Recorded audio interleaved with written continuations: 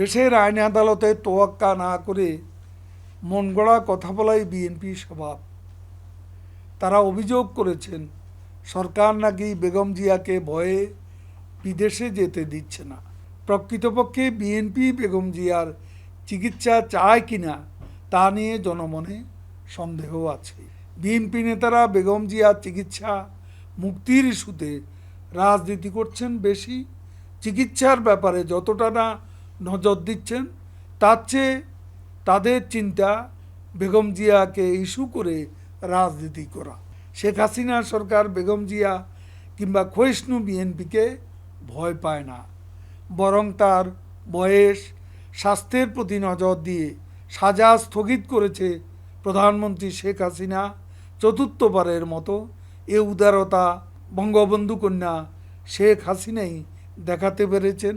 BNP Sheikh হাসিনার উদারতাকে দুর্বলতা ভাবলে ভুল করবে।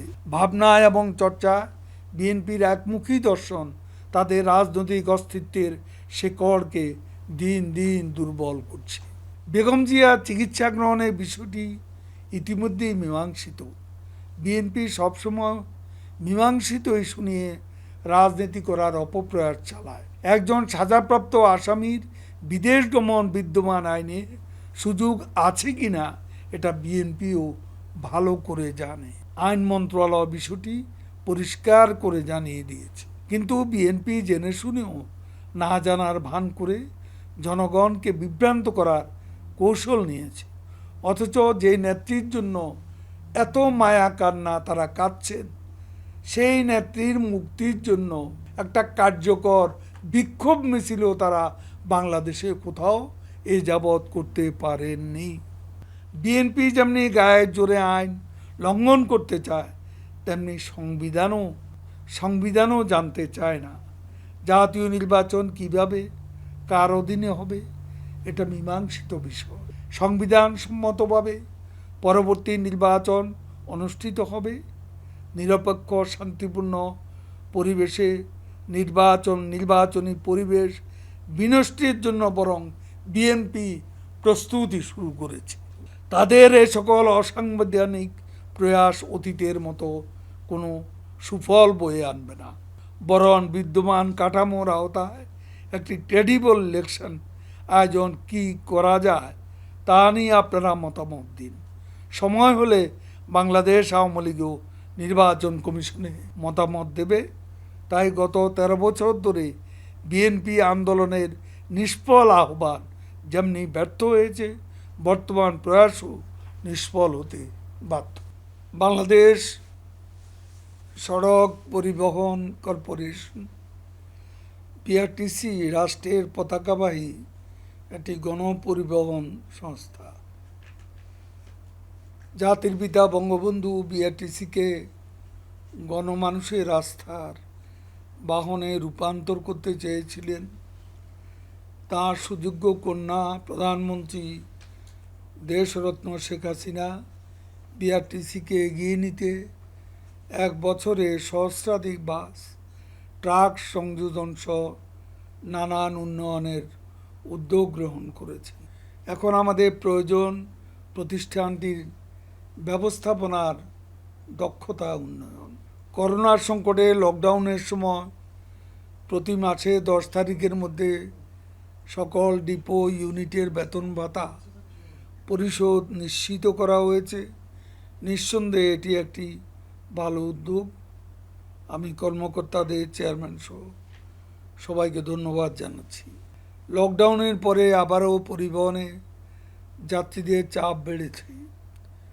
এর পরিপ্রেক্ষিতে যাত্রী সাধারণের চলাচলের সুবিধার কথা বিবেচনায় নিয়ে গত 16 সেপ্টেম্বর থেকে বিআরটিসি রাজধানীর উত্তরা চক্রাকার বাস সেবা চালু করেছে এবং বিশ্ববিদ্যালয়গুলো খুলে দেওয়ার পর ধানমন্ডি এলাকায়ও চক্রাকার বাস সেবা পুনরায় চালুর প্রস্তুতি রয়েছে।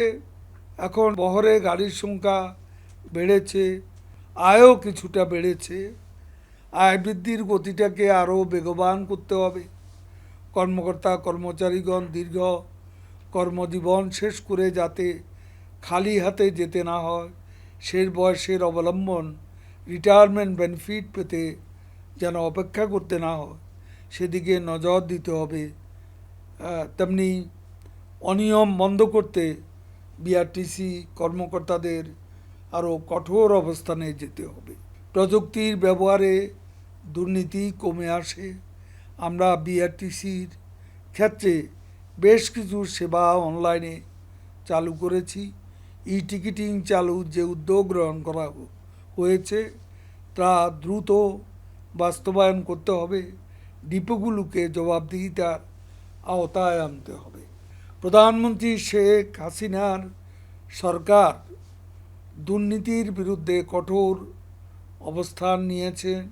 কাজে বিআরটিসির মতো সেবামূলক প্রতিষ্ঠান এখানে যাতে দুর্নীতি বাসা বাঁধতে না পারে সে ব্যাপারে চেয়ারম্যান সহ কর্মকর্তাদের সতর্ক থাকতে হবে।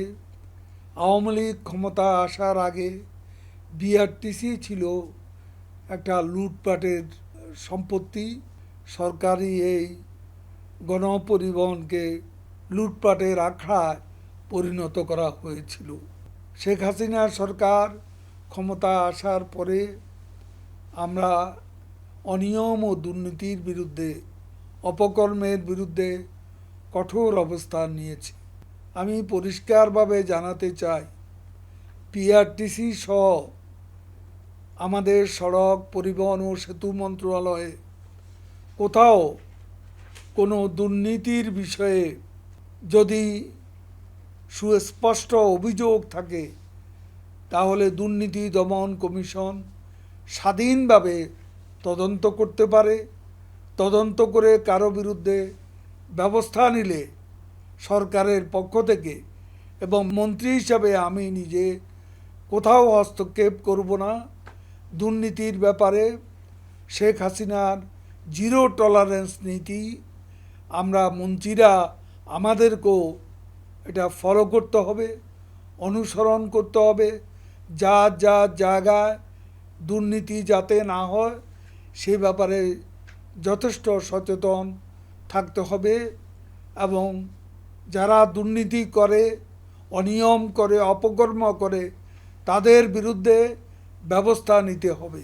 এবং দুর্নীতি দমন কমিশনকেও আমি আহ্বান জানাচ্ছি, আমার মন্ত্রণালয়ের কোথাও কোনো দুর্নীতির অভিযোগ থাকলে আপনারা তদন্ত করে প্রয়োজনীয় ব্যবস্থা নিতে পারেন, তদন্ত করে শাস্তির আওতায় আনতে পারেন। এ ব্যাপারে মন্ত্রণালয়ের মন্ত্রী হিসাবে আমি কোনো আপত্তি করব না এখানে, এবং এ ব্যাপারে কোনো প্রকার হস্তক্ষেপ করব না। এদেশে যখন কিছু কিছু লোককে দেখি তাদের লোভ লালসা অত্যন্ত বেপরোয়া, যে তারা আরও পেতে চায়, আরও টাকা বানাতে চায়, আরও সম্পদ বানাতে চায়। এই লোভ লালসা যাদের বেপরোয়া, এই বেপরোয়া মনোভাবের যারা আজকে সরকারের বিভিন্ন জায়গায় তাদের অপকর্ম চালিয়ে যাচ্ছে, তাদের ব্যাপারে প্রধানমন্ত্রী শেখ হাসিনার কঠোর অবস্থানের দিকে আমাদের লক্ষ্য রেখে অবশ্যই এ ব্যাপারে প্রত্যেকটি জায়গায়, প্রত্যেকটি সেক্টরে আমাদেরকে সতর্ক হতে হবে এবং দুর্নীতির বিরুদ্ধে কঠোর অবস্থান নিতে হবে। আমি জানি না একজন মানুষের বেঁচে থাকার জন্য, জীবনকে উপভোগ করার জন্য আর কত টাকার দরকার। যখন কিছু কিছু লোককে দেখি যে তারা আরও টাকা, আরও সম্পদের জন্য বেপরোয়া হয়ে উঠেছেন, এই ধরনের লোকদের আর কত টাকার দরকার, আর কত সম্পদ দরকার জীবনটাকে উপভোগ করার জন্য, বেঁচে থাকার জন্য। যখন দুনিয়া থেকে চলে যাবেন তখন এই সব সম্পদ, এই সব টাকা কোথায় যাবে? সেগুলো কি কবরে যাবে না শ্মশানে যাবে?